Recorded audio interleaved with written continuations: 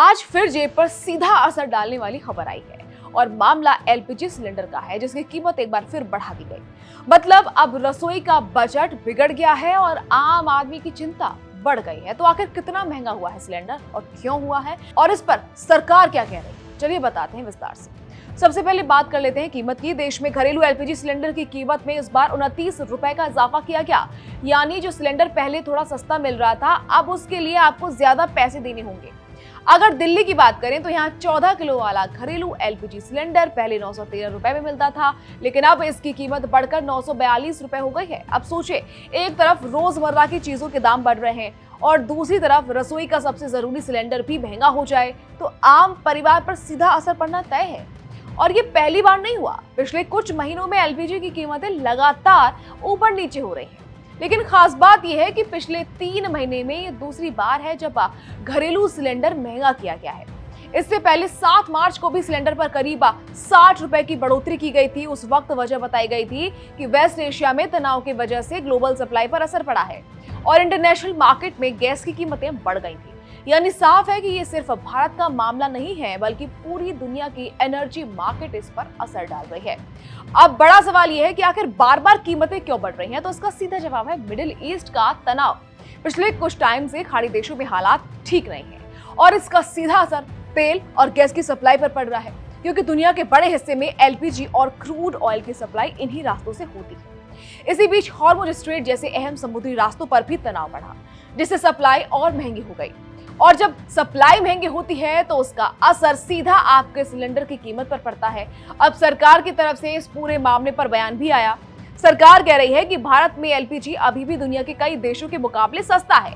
यहाँ तक कि पड़ोसी देशों जैसे पाकिस्तान, नेपाल, बांग्लादेश और श्रीलंका की तुलना में भी भारत में सिलेंडर कम कीमत पर मिलता है। इतना ही नहीं, सरकार का यह भी दावा है कि अमेरिका, कनाडा और ऑस्ट्रेलिया जैसे विकसित देशों में एलपीजी की कीमत भारत से कहीं ज्यादा है।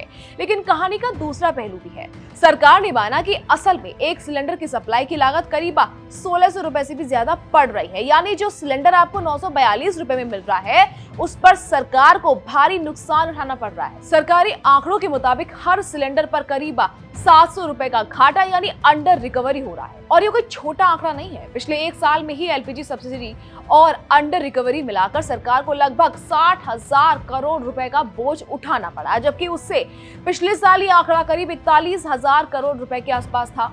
अब समझिए, जैसे जैसे ग्लोबल मार्केट में गैस महंगी हो रही है, वैसे वैसे सरकार का खर्च भी बढ़ रहा है और उसका असर धीरे धीरे आम उपभोक्ता तक पहुंच रहा है। अब बात करते हैं उस ग्लोबल वजह की जिससे बार बार जिम्मेदार बताया जा रहा है। रिपोर्ट्स के मुताबिक सऊदी सीपी यानी कॉन्ट्रैक्ट प्राइस बेंचमार्क में लगभग 46% तक की बढ़ोतरी हुई है और इसकी वजह भी ग्लोबल सप्लाई में रुकावट बताई जा रही है। खासतौर पर हॉर्मुज क्षेत्र में तनाव और सप्लाई बाधाओं के चलते खाड़ी देशों से गैस की सप्लाई प्रभावित हुई है और इसी वजह से इंटरनेशनल मार्केट में कीमतें ऊपर चली गई।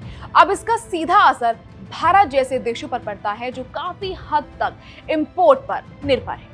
सरकार ये भी कह रही है कि भारत ने इन हालातों के बावजूद सप्लाई को बनाए रखा और देश में एलपीजी की कोई कमी नहीं होने दी गई। यानी एक तरफ कीमतें बढ़ रही हैं, लेकिन दूसरी तरफ सप्लाई स्थिर रखने की कोशिश भी जारी है। अब एक और अहम बात, इस पूरे संकट के बीच भारत ने हॉर्मुज स्ट्रेट जैसे संवेदनशील समुद्री रास्तों में एनर्जी सप्लाई जारी रखी, जबकि वहां तनाव काफी ज्यादा था। इसका मतलब साफ है कि सरकार ने सप्लाई चेन को टूटने नहीं दिया ताकि देश में गैस और ईंधन की कमी ना हो। लेकिन इसका दूसरा असर ये हुआ कि लागत बढ़ती गई और वही अब कीमतों में साफ साफ नजर आ रही है।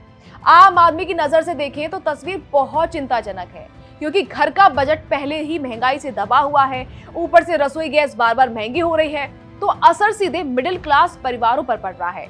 अब सबसे बड़ा सवाल, क्या ये बढ़ोतरी आगे भी जारी रहेगी या फिर अंतर्राष्ट्रीय बाजार में हालात सुधरने के बाद राहत मिलेगी? फिलहाल हालात पूरी तरह ग्लोबल एनर्जी मार्केट पर निर्भर है और जब तक मिडिल ईस्ट में स्थिरता नहीं आती, तब तक इस तरह के उतार चढ़ाव देखने को मिलते रहेंगे।